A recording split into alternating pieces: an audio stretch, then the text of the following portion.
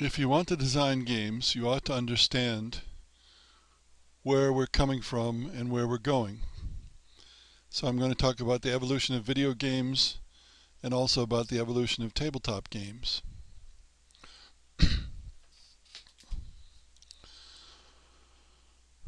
And when you look for a job, the employer is going to expect you to know quite a bit about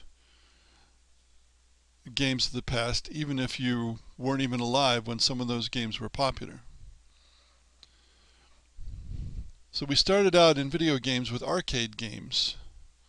This was before it was possible, given the limited computing power of the day, to have a home video game system. Arcade games are designed to beat the player after a few minutes, but with the player getting a little better so that the player will put another coin in order to try again and improve his score. They are very much skill-based, but the skill is almost always physical skills. So in effect, arcade games are sports. Sometimes an arcade game allowed human opposition, even as far back as Pong. But for most arcade games, it was a human versus the computer.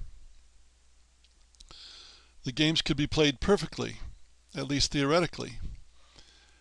It wasn't until 1999, I think, but Pac-Man was finally beaten by somebody who played through all 255 levels, ate all the pills, killed all the ghosts, and was not killed a single time. He could do that because there is no chance in how the ghosts move in Pac-Man. And there was an article on Gama Sutra a few years ago where someone had dissected the programming of Pac-Man and showed exactly how it worked and exactly why it was predictable, because there was no uncertainty. But in general, with arcade games, you couldn't win because it would always come back at you. By the way, the Pac-Man arcade machine crashed after 255 levels.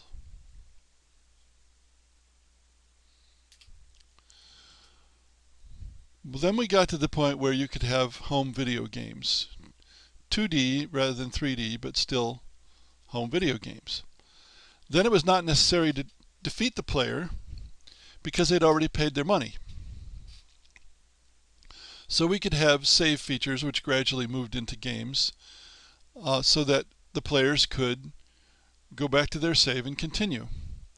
But the games tended to be just as hard as arcade games, especially because there was that save feature. And after all, many of them were ports of arcade games.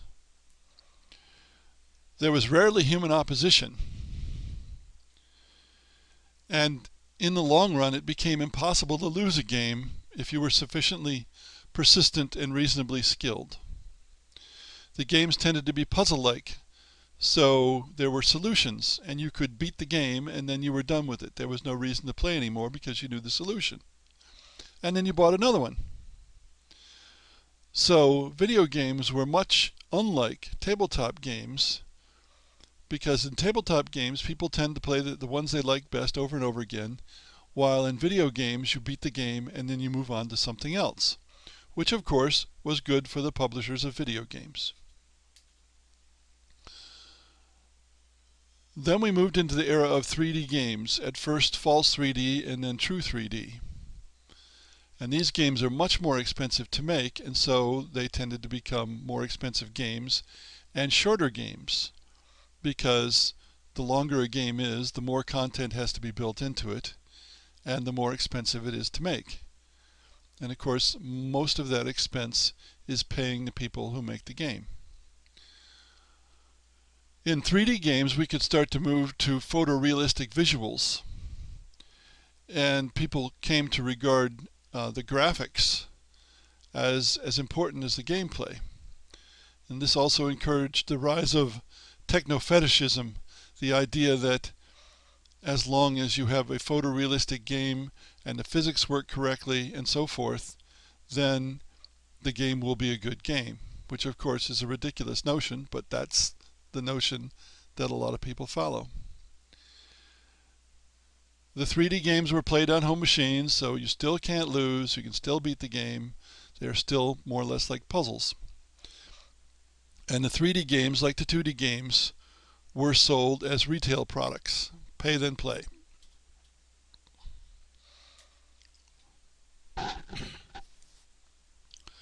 Then as we got more and more broadband internet available throughout the country and the world, MMOs, massively multiplayer online games, became popular. And here we have thousands of simultaneous players playing online in a persistent world. So the world is not something that is reset every time you play. It continues and it gradually can evolve. And the characters that you play can gradually evolve. So that was much like role-playing games from the tabletop, and many of the MMOs are role-playing games. Within the MMO you had PvE, which is player versus the environment, or player versus the computer, and PvP, which is player versus player, either team or individual duels. All MMOs I've ever seen are avatar-based. That is, you have a character or possibly a ship, spaceship, or something that is you and that you use throughout the game and you can't separate yourself from.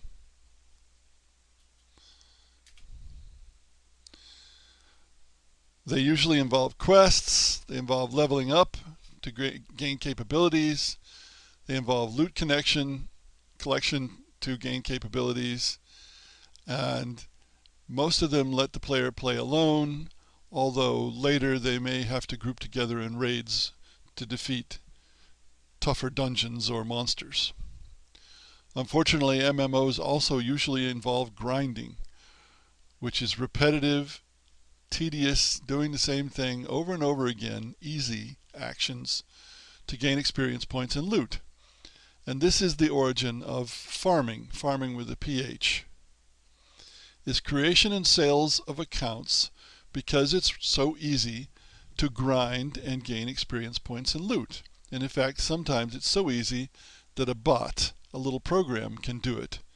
And so you can just set the bot running and it will collect the experience and loot for you by doing the same thing over and over again, and then you can sell that account to somebody who doesn't want to go through that grind. But my view of this has always been, if a simple bot can play it, it must not be much of a game. And as someone said, you ended up with a game so boring that some people paid others to play it. This is not a very good situation, but this is where MMOs went.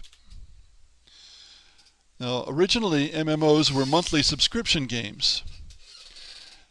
And this also changed the evolution of games because the game had to attract players early on or they'd stop the subscription. This is quite different from the case of somebody buying a game over the counter and taking it home and playing it, because they've already paid their money, and so the game doesn't have to attract them immediately. It can. The difference is like the difference between modern adventure movies that have to start out with a bang and much older movies that could focus on character and things other than action, as long as they had some action in it. So the MMO becomes the equivalent of the tentpole movie with the big bang at the start and a lot of action. Many of the monthly subscription games became pretty easy to play within the cannot lose environment because that was a way to keep people playing and keep paying the monthly subscription. However, you'd get fast players, and you do to this very day, who would play through all the available content in a month or two because it was still the computer that provided the opposition and not humans. The exception there was people who like to play player versus player. And so the fast players would then drop their subscription because they'd done everything there was to do.